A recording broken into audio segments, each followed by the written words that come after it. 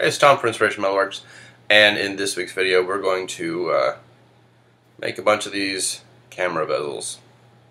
How well you guys can see it.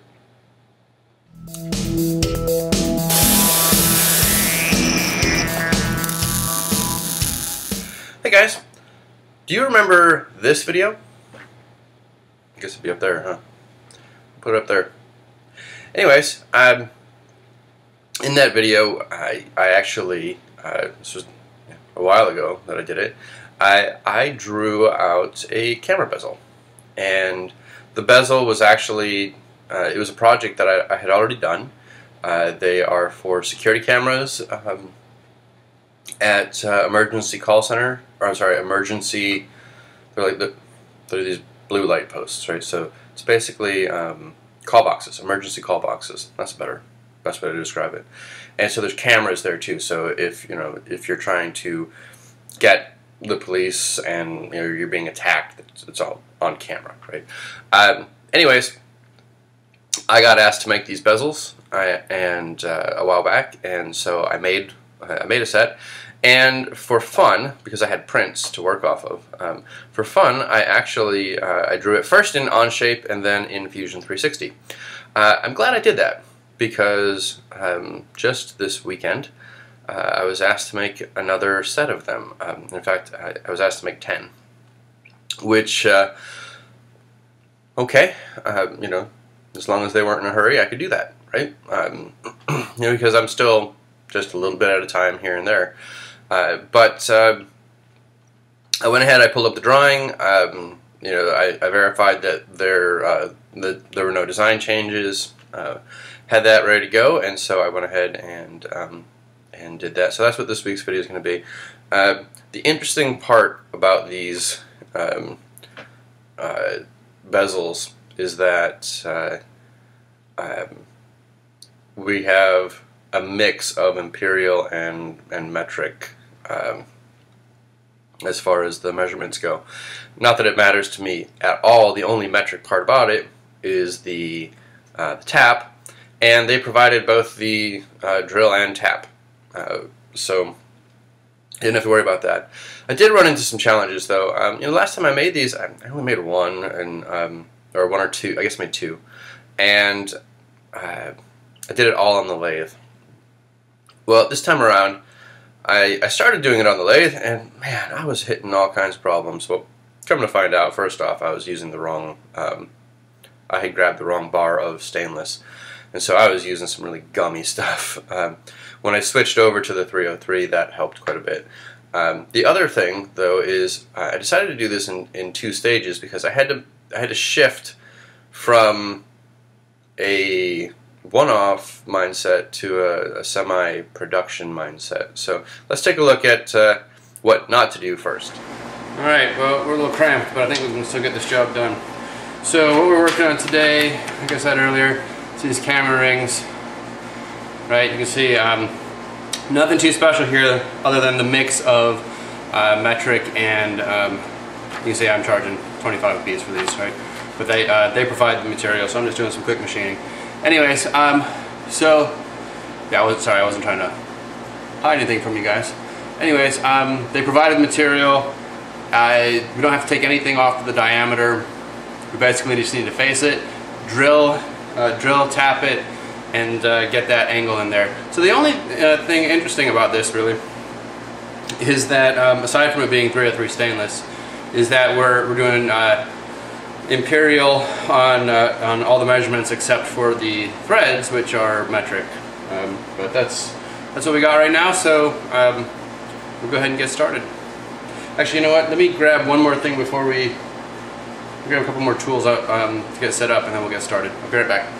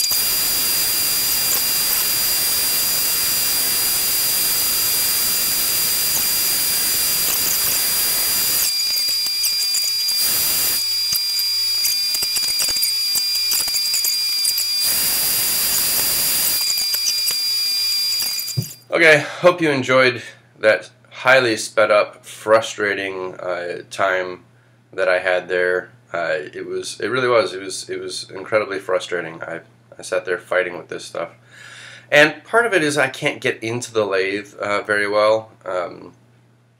Right now, I just don't have the space. I've got to finish moving some stuff around, and frankly, I have to finish healing first before I get all that done. So, that definitely caused part of the problem. But part of it was I was using the wrong material, and frankly, what it really boiled down to is I was using a poor approach to doing this work. It's not that it was not a feasible approach. In fact, I've done it before, and typically everything would have been just fine. But in this case, there were better ways to do it. And so let's take a look at the way that I ultimately did it. Alright, I'm trying a completely different way. Let's face this off. And then I'm just going to do the facing, I'm going to do a center point, and then I'm going to do the angle, then I'm going to take it to the saw and cut it, and I'm going to get all 10 parts, and then I'm going to do the rest of it on the mill. So let's get this faced off.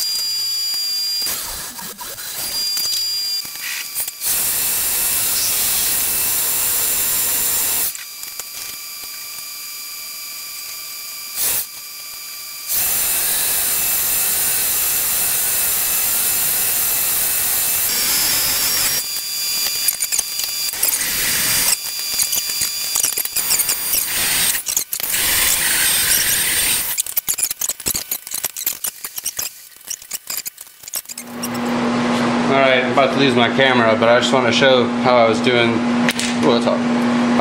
this. So I made a little standoff so that I was always putting them in the exact same spot each time. That helped. That way I wasn't doing tool changes for every part. Alright, I could just put a bit in, go. I'm on the last step for each one, and that is the tapping. Right, so we get in there. I'm just using, this is one where the ball was a little messed up, and so I'm just using that one to be the guide for this tap. I wanted to power tap all of these, but didn't realize I didn't have a chuck large enough to do it. So basically, keep a little pressure on it.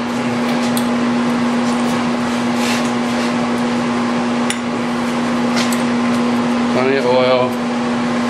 Yes, I'm breaking chips, but I'm able to go through. So I had 11 of these to do. So obviously I didn't want to have to do 4 tool changes for every part. And I can thank Suburban Tool for getting me to think about things a little differently when I'm out here doing production work. So thanks very much, guys. I'm about to lose the I'm running out of space, so thank you very much, and I'll see you soon. So as you can see, sometimes you have to think a little differently. I want to thank the guys at Suburban Tool for let me do a little call out for Suburban Tool there.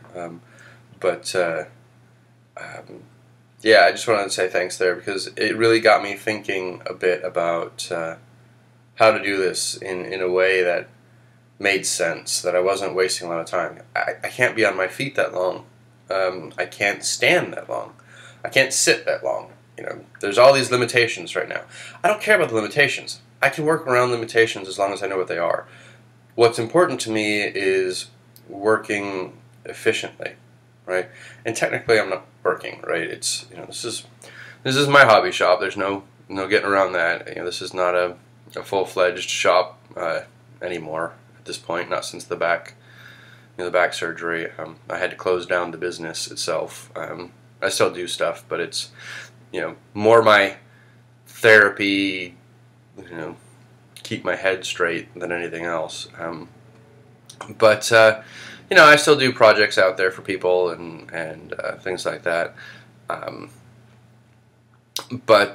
Yeah. So, anyways, sorry, got off on a tangent. Yeah, I have to be very methodical about how I do things now. That's probably the best way to describe it. I can't just be screwing around out there because, frankly, I just can't do it. And it takes time to get this stuff done. And you know, I'm not as fast as I used to be out there while I'm recovering. So, anyways, thank you guys for watching. I appreciate it. I hope maybe you learned something today. If not, maybe you just reinforced something that you already knew. Either way, thank you very much for watching. Thanks for subscribing. I noticed, I wasn't paying attention, but I noticed I'm almost up to 500 subscribers now. So I really appreciate that. Trying to decide, I think I might try and do something special for 500. I don't know yet. Maybe I'll do a special or do a special project for it or something like that. But anyways, thank you guys for watching. I appreciate your feedback. If you do have any feedback for me, please feel free, you know, bring it. But try and keep constructive and take care, and I will see you again soon.